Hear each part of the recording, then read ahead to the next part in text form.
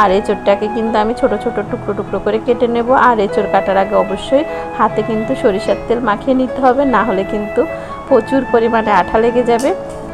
তো যাই হোক, এখন আমি খুব সুন্দর করে এঁচোড়টা কেটে নিচ্ছি। আর এঁচোড়টা কেটে কিন্তু অবশ্যই জলে ভিজিয়ে রাখতে হবে, এতে মানে যে একটা মানে আঠালো ভাব কিংবা কষ যাই বলুন ওইটা কিন্তু চলে যাবে। তো এই যে মাঝখানের শক্ত অংশটা কেটে ফেলে দেব। আর এবার আমি ছোট ছোট করে টুকরো টুকরো করে কেটে নেব। তো আমার ভিডিওগুলো যদি আপনাদের ভালো লাগে অবশ্যই আমার চ্যানেলটি সাবস্ক্রাইব করবেন, লাইক দিবেন, শেয়ার করে দিবেন। তো অনেকে কিন্তু আছে এঁচোড় কাটতে খুবই ভয় পায়, আসলে ভয় পাওয়ার কিছুই নেই, খুব সুন্দর করে এঁচোড়টা কাটা যায়। যাই হোক, এবার এখানে কিন্তু আমার হেলন ডালটাও সিদ্ধ হয়ে গেছে। আর এখন আমি ডালটা কিন্তু আধা ভাঙা করে নেব, কিংবা আধা ভাঙার চেয়ে একটু বেশি করে নিলেও সমস্যা নেই।